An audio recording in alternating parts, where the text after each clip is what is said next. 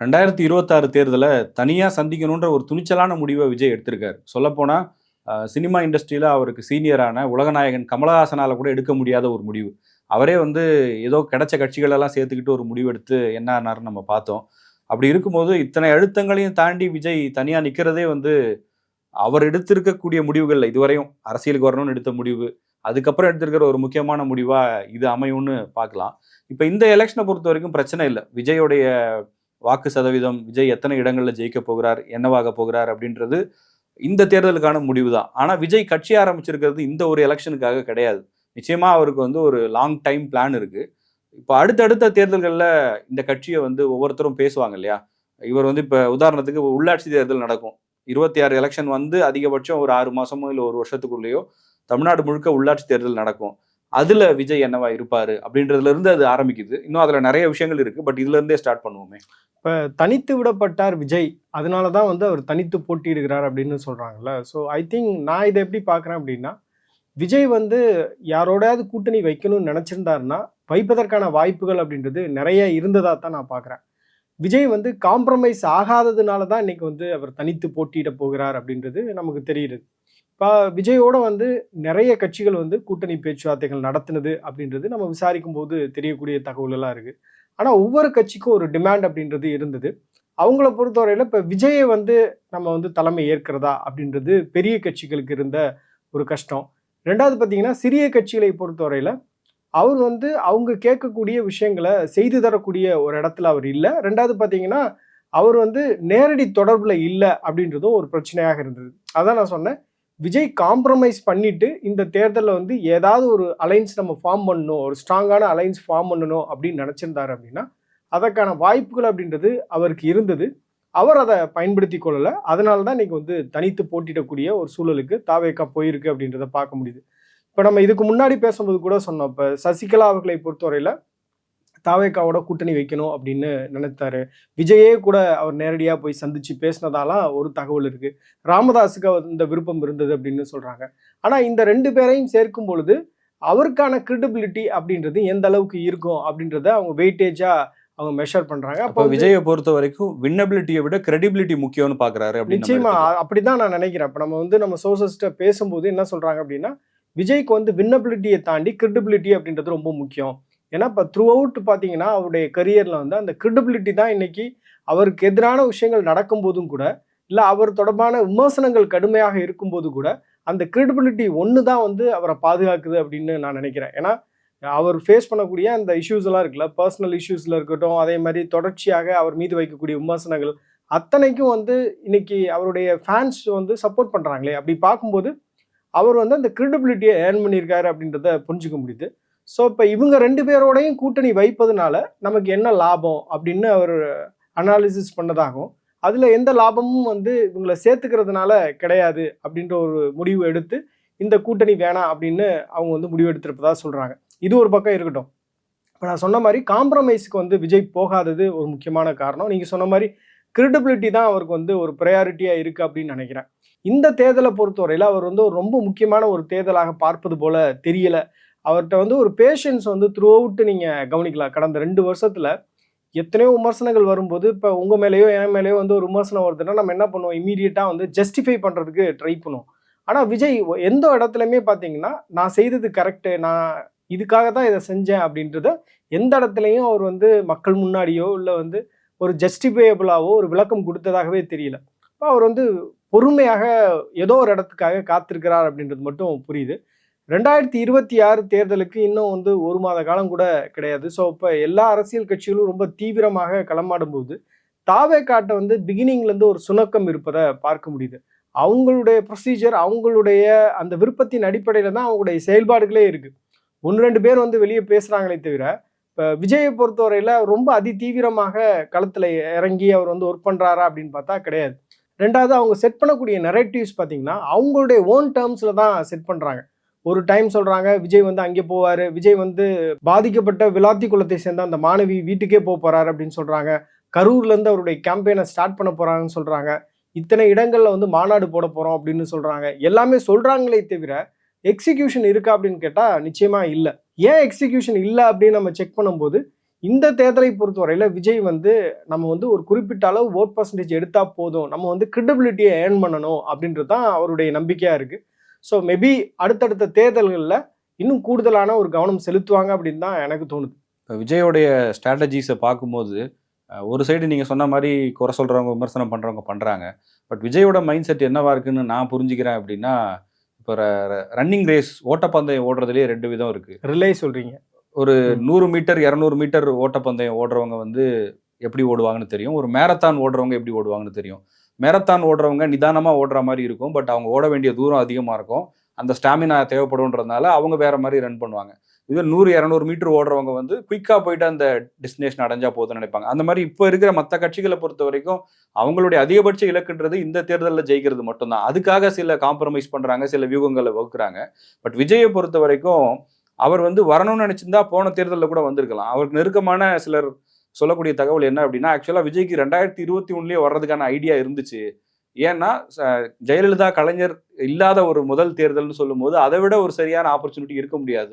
But அன்பார்ச்சுனேட்டா அங்கே அவருடைய இண்டஸ்ட்ரியில இருந்து 2 பேர் வந்துட்டாங்க. கமலும் ரஜினியும் வராங்க அப்படின்ற ஒரு டாக் இருக்கிறதுனால இந்த நேரத்தில் நம்ம வந்தோம்னா அது சரியானதா இருக்காதுங்கிறதுனால தான் அப்பா அவர் வந்து பின்வாங்கினதா சொன்னாங்க.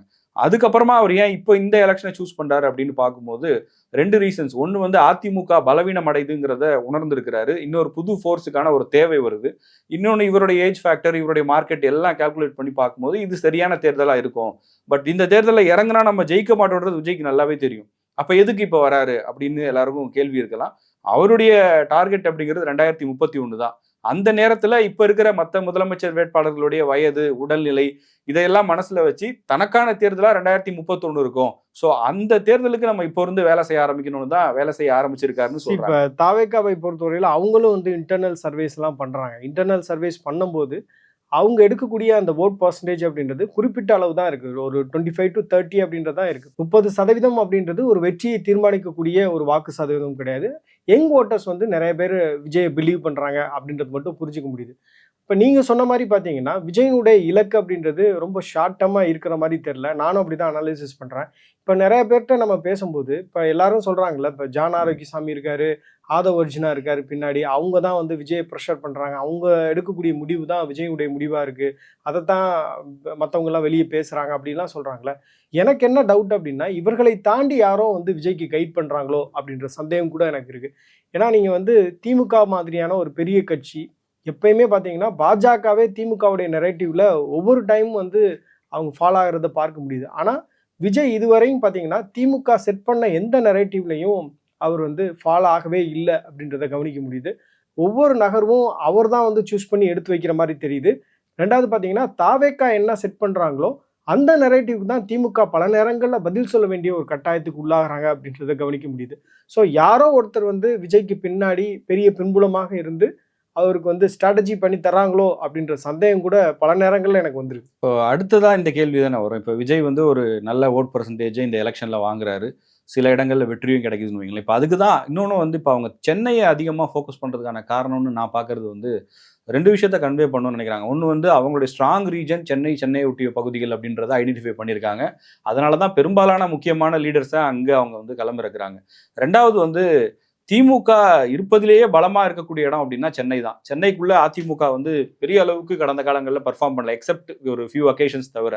அப்போ எந்த இடத்துல அவங்க பலமா இருக்காங்களோ அங்க இறங்கி அவங்களை அடிச்சு திமுகவை எதிர்க்கணும்னா அது நான் எங்களால் மட்டும்தான் முடியுன்ற ஒரு மெசேஜை கம்யூனிகேட் பண்றது.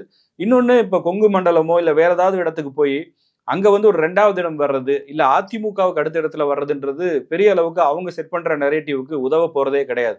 அவங்கள பொறுத்த வரைக்கும் டிஎம்கேவை வீழ்த்தக்கூடிய ஒரே சக்தியா இனிமே டிவிகே தான் இருக்க போகுதுன்றது தான் இந்த எலெக்ஷன்ல அவர் செட் பண்ண நினைக்கிறாரு. அதிமுகன்றது சீன்லயே கிடையாது, அது முடிஞ்சு போன கதை அப்படிங்கிறத ஒன்று பண்ண போறாரு. ரெண்டாவது வந்து இப்ப அடுத்த கேள்வி வரும் இல்லையா, இந்த எலெக்ஷன் ரைட்டு ஓட்டு வாங்கிடுறாரு, உள்ளாட்சி தேர்தல் கூட வந்து தனிச்சு நின்று ஏதோ ஒன்று பண்றாருன்னு வைங்களேன். அடுத்து அவங்க ஒரு முன்னாடி இருக்கக்கூடிய ஒரு மிகப்பெரிய டார்கெட்டா இருக்க போறது பார்லிமெண்ட் எலெக்ஷன். அந்த எலெக்ஷன்ல அவர் என்ன சொல்லி பிரச்சாரம் பண்ண போறாரு? இப்ப டிவிகே டிஎம்கேன்னு சொல்லிட்டாரு. அங்க வந்து ஒண்ணு அவர் ராகுல் பக்கம் நிக்கணும், இல்ல ஒருவேளை அன்னைக்கு பிரதமராக வேட்பாளரா மோடி இருந்தாருன்னா மோடி பக்கம் நிக்க வேண்டிய ஒரு தேவை வரும். இது ரெண்டுத்துலயுமே இல்லாம அவர் தனியா நின்னாரு அப்படின்னா பிரைம் மினிஸ்டர் கேண்டிடேட்டே இல்லாம ஒரு இரலவெண்டான பார்ட்டியா கூட டிவிகே அந்த எலெக்ஷன்ல மாற வாய்ப்பு இருக்கு. அந்த இடத்துல அவர் எப்படி அதை ஃபேஸ் அடுத்த 3.5 வருடங்கள்ல எப்படி வேணாலும் சினாரியோ மாறலாம். பட் எனக்கு தெரிந்து தாவேகா வந்து பாஜக பக்கம் போவதற்கு ஒருபோதும் வாய்ப்பில்லை அப்படின்னு தான் நான் நினைக்கிறேன். ஏன்னா முதல் மாநாட்டிலே வந்து கொள்கை எதிரின்னு சொல்லிட்டாரு.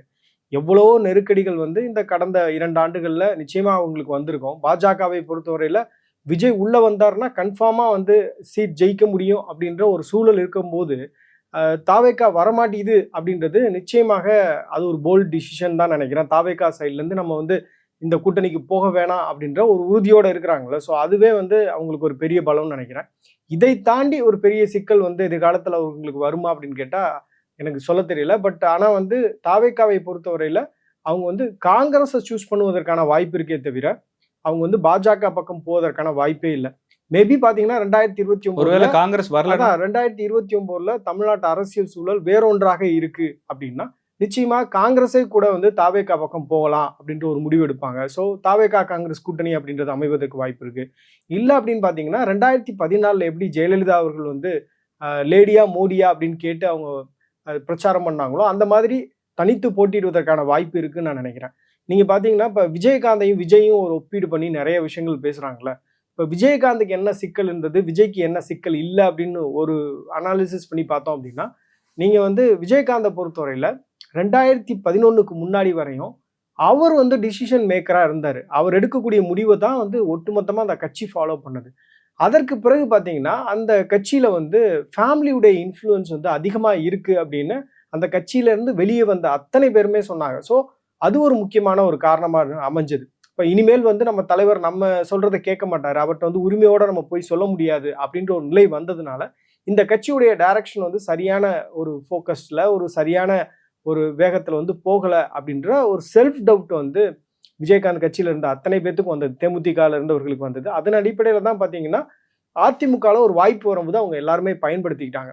அந்த சிக்கல் வந்து விஜயனுடைய தாவேகாவுக்கு வராது அப்படின்னு நினைக்கிறேன். இண்டீட் அவங்க வந்து ஒரு குறைவான நம்பர்ஸ்ல அவங்க சட்டமன்றத்துக்குள்ள போனாலும், ஒட்டுமொத்தமாக விஜயை வந்து விட்டுட்டு போகக்கூடிய அளவுக்கு அந்த தொண்டர்களுடைய மனநிலை அப்படின்றது இருக்காது.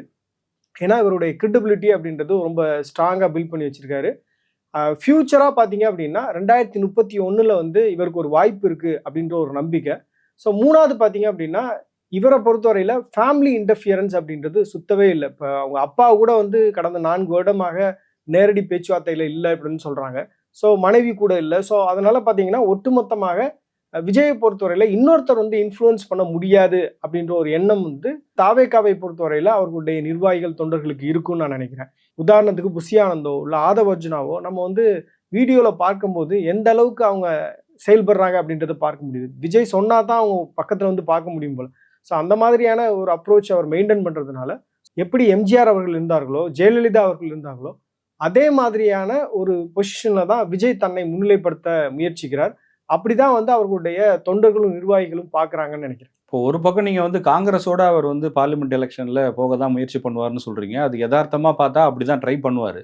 பட் வந்து இப்ப பிஜேபி இப்பவே ரொம்ப பலவீனம் ஆயிட்டாங்க சென்ட்ரல்ல. இந்த முறையே வந்து தனி மெஜாரிட்டி கிடைக்கல. அடுத்த முறையும் ஆட்சிக்கு வர்றதுக்கு அவங்க நிச்சயமா முயற்சி பண்ணுவாங்க. பிரைம் மினிஸ்டர் கேண்டிடேட்டா யார் இருப்பான்ற நிலைமை தெரியல. அப்படி இருக்கும்போது தமிழ்நாடு வந்து அவங்களுக்கு இந்த தேர்தலை விட 2029 தான் ரொம்ப முக்கியம்னு அவங்க நினைக்கிறாங்க. அன்னைக்கு வந்து ஒரு 20% வச்சிருக்கிற விஜயை வந்து காங்கிரஸோட போக அனுமதிப்பாங்களான்னு தெரியல ஃபர்ஸ்ட். அதுக்கு என்னென்ன வழியில நெருக்கடி கொடுக்க முடியுமோ கொடுக்க வாய்ப்பு இருக்கு. அப்படி இல்ல காங்கிரஸ் பக்கம் போலனா கூட தனியா நிக்க விட்டுருவாங்களா? அந்த 20% எப்படியாவது தங்கள் பக்கம் கொண்டு வரணும் தானே பார்ப்பாங்க. ஒரு இன்னைக்கு வந்து ஒரு சாதாரண கட்சி ஒரு தொகுதியில ஒரு 10,000 ஓட்டு வச்சிருந்தா கூட பிஜேபி வந்து அவங்க அணிக்கு கொண்டு போயிடுறாங்க எப்படியாவது. அப்படி இருக்கும்போது ஒரு 20% வாங்கி தமிழ்நாட்டுல ஒரு மிகப்பெரிய சக்தியா வளர்ந்து நிக்கிற விஜய அவ்வளவு ஈஸியா விட்டுருவாங்களா?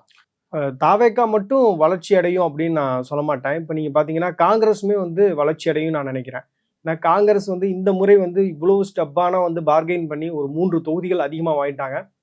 திமுக கூட்டணியில் இருக்கக்கூடிய மற்ற கட்சிகள் சாதிக்க முடியாததை காங்கிரஸ் வந்து சாதிச்சு காமிச்சிட்டாங்க. ஃபர்ஸ்ட் இனிஷியலா எல்லாரும் ஏன் காங்கிரஸ் இந்த மாதிரி பண்ணிட்டு இருக்காங்க அப்படின்ற ஒரு வெறுப்பு அப்படின்றது காங்கிரஸ் மீது இருந்தது. அதாவது திமுக ஆதரவாளர்கள், திமுக கூட்டணி கட்சிகளுடைய தொண்டர்களுக்கெல்லாம் இருந்தது. இன்னைக்கு பாத்தீங்க அப்படின்னா காங்கிரஸ் தான் வந்து ரொம்ப சொபிஸ்டிகேட்டடா கம்ஃபர்டா இந்த கேம்ல அவங்க தான் வின் பண்ண மாதிரியான ஒரு தோற்றம் அப்படின்றது தெரியுது. மற்றவர்கள் எல்லாம் வந்து நம்ம ஏமாந்துட்டோம், காங்கிரஸ் வந்து புத்திசாலித்தனமா பண்ணிட்டாங்க அப்படின்ற ஒரு நிலைக்கு அவங்க போறதையும் பார்க்க முடியுது. இல்ல அந்த இடத்துல பார்த்தா 63 சீட்டு வாங்கினாங்க, 41 சீட்டு வாங்கினாங்க. அப்பவே காங்கிரஸ் வளரல. ஒரு 3 சீட்டு அதிகமா வாங்கியா வளர்ந்துட போறாங்கன்ற கேள்வி தானே வருது. இல்லைன்னா 17 16 மாத்திருப்பாங்க திமுக. ஸோ அது ஒரு சரியான மூவ் அப்படின்னு தான் எல்லாருமே சொல்றாங்க. இன்னொன்னு பாத்தீங்கன்னா நீங்க சொன்ன மாதிரி வந்து அது 2029 நாடாளுமன்ற தேர்தல்.